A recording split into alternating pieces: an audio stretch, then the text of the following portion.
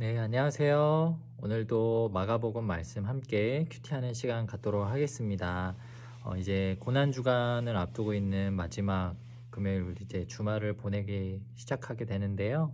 이제 마가복음 후반에 기록되어 있는 이제 곧 예수님께서 이제 붙잡히시는 사건들이 일어나는데 그 전에 앞서서 예수님 마지막으로 좀 어떤 사람들을 만나고 또 이야기 나누시는지 금요일 또 토요일 또 다음 주 이렇게 말씀들을 좀 우리가 잘 살펴보면서 지켜보도록 하겠습니다. 오늘 말씀 마가복음 14장 1절에서 11절까지의 말씀이고요.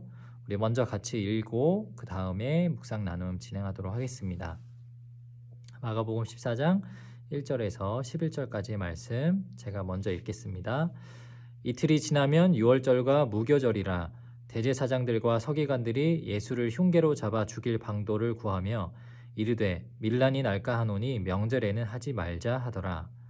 예수께서 베다니 나병 환자 시몬의 집에서 식사하실 때에 한 여자가 매우 값진 향유 곧 순전한 나드 한 옥합을 가지고 와서 그 옥합을 깨뜨려 예수의 머리에 부으니 어떤 사람들이 화를 내어 서로 말하되 어찌하여 이 향유를 허비하는가. 이 향유를 300데나리온 이상에 팔아 가난한 자들에게 줄 수 있었겠도다 하며 그 여자를 책망하는지라. 예수께서 이르시되 가만두라. 너희가 어찌하여 그를 괴롭게 하느냐. 그가 내게 좋은 일을 하였느니라. 가난한 자들은 항상 너희와 함께 있으니 아무 때라도 원하는 대로 도울 수 있거니와 나는 너희와 항상 함께 있지 아니하리라. 그는 힘을 다하여 내 몸에 향유를 부어 내 장례를 미리 준비하였느니라. 내가 진실로 너희에게 이르노니 온 천하에 어디서든지 복음이 전파되는 곳에는 이 여자가 행한 일도 말하여 그를 기억하리라 하시니라. 12 중에 하나인 가룟 유다가 예수를 넘겨주려고 대제사장들에게 가매 그들이 듣고 기뻐하여 돈을 주기로 약속하니 유다가 예수를 어떻게 넘겨줄까 하고 그 기회를 찾더라. 아멘. 오늘도 이 마가복음 14장에서 14장 1절에서 11절까지의 말씀 우리 같이 한번 먼저 성경을 읽고 묵상하는 시간 갖도록 하겠습니다. 하나님 말씀 함께.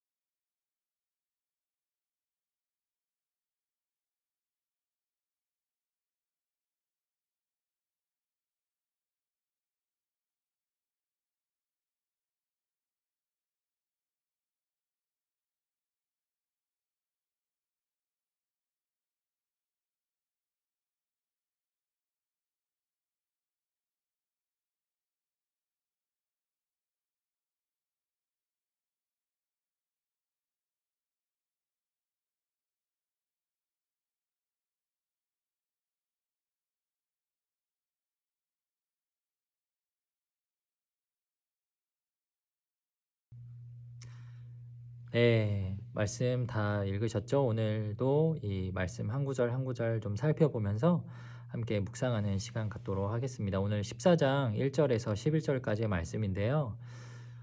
예수님을 잡으려고 이제 어떤 사람들, 대제사장, 서기관들, 또 주변의 사람들이 계획을 합니다. 1절과 2절에 나오죠.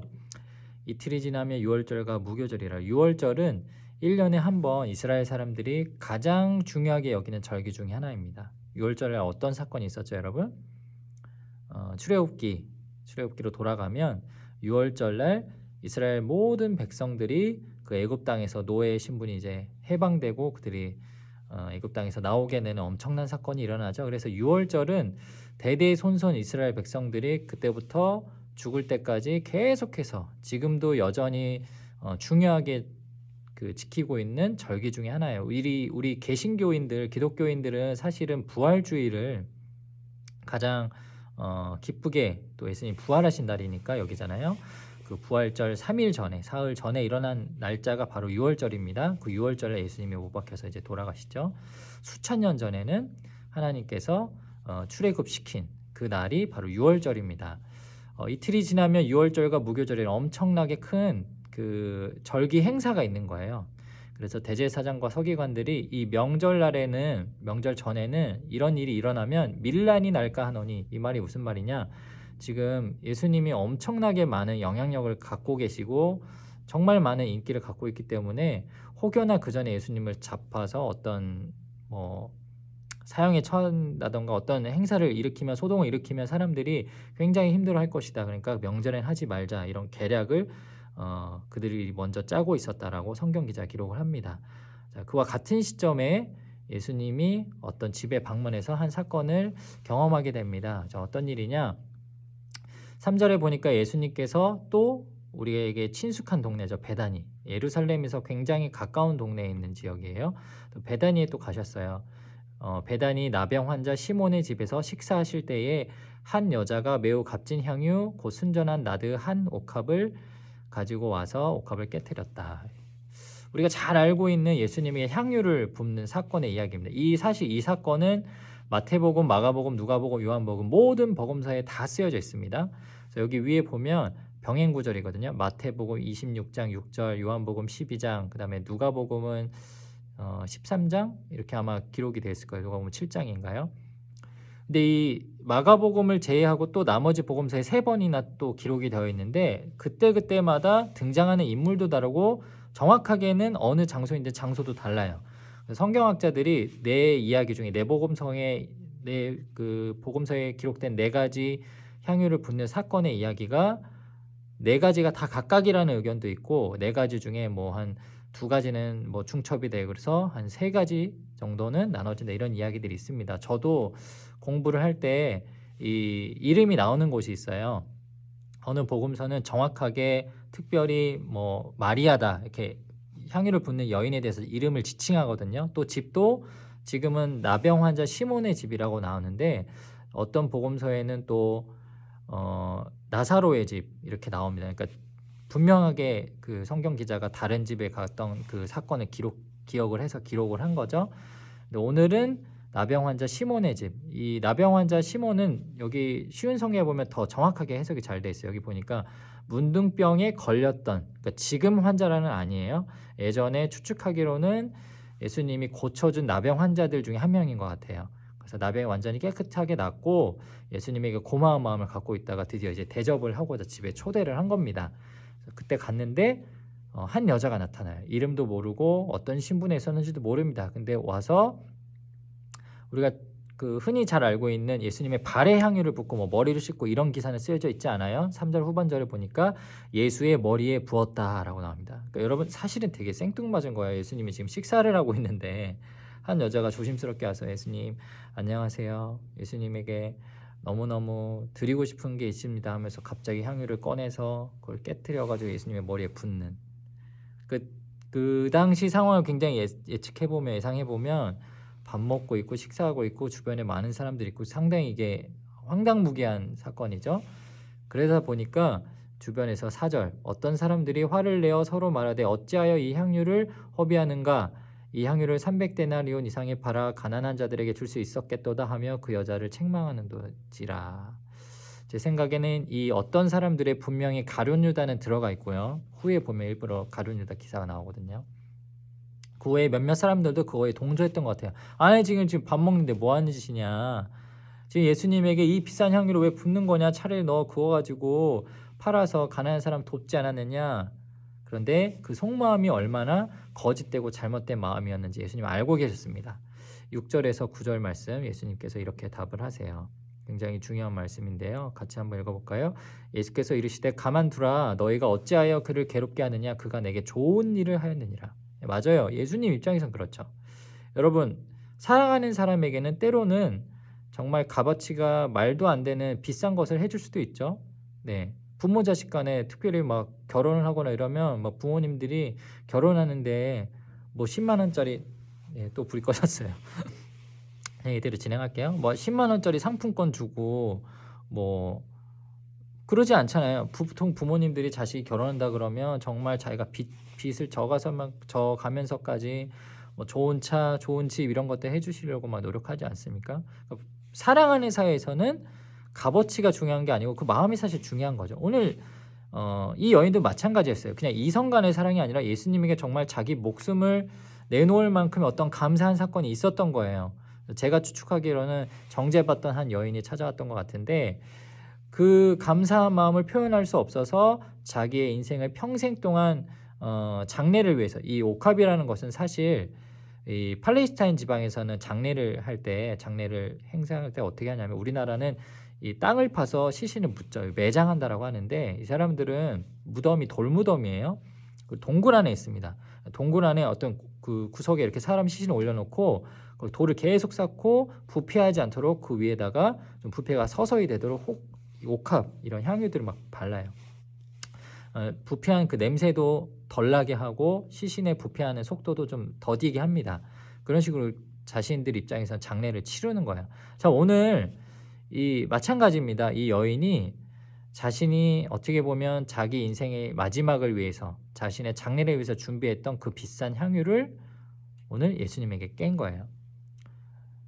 비용이 어느 정도였느냐? 300데나리온이라고 이야기를 하는데 300데나리온은 평균 한 사람이 우리나라 사람들 뭐 예를 들자면 1년 동안 일을 해서 받을 수 있는 연봉을 말합니다. 근데 이 금액이 중요한 게 아니라요. 연봉이라고 하면 뭐 적게는 뭐 2천만 원 정도부터 해서 많게는 뭐 몇 억씩도 되잖아요. 근데 금액이 중요한 게 아니라 굉장히 오랜 시간 공을 들여서 준비한 건데 그거를 스스럼 없이 예수님에게 다 드렸다라는 거예요. 그러면서 오늘 예수님 무슨 말씀하시냐? 가난한 자들은 항상 너희와 함께 있으니 아무 때라도 원하는 대로 도울 수 있거니와 나는 너희와 항상 함께 있지 아니하라. 맞아요. 예수님 입장에서는 이제 얼마 남지 않은, 정말 이제 오늘이 6월절 하루 이틀 전이라고 했으니까 6월절에 돌아가시면 이제 한 3, 4일밖에 남지 않은 거거든요.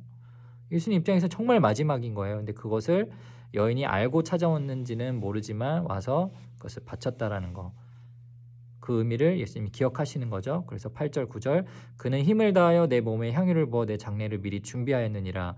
내가 진실로 너희에게 이르노니 온 천하에 어디서든지 복음이 전파되는 곳에는 이 여자가 행한 일도 말하여 그를 기억하리라.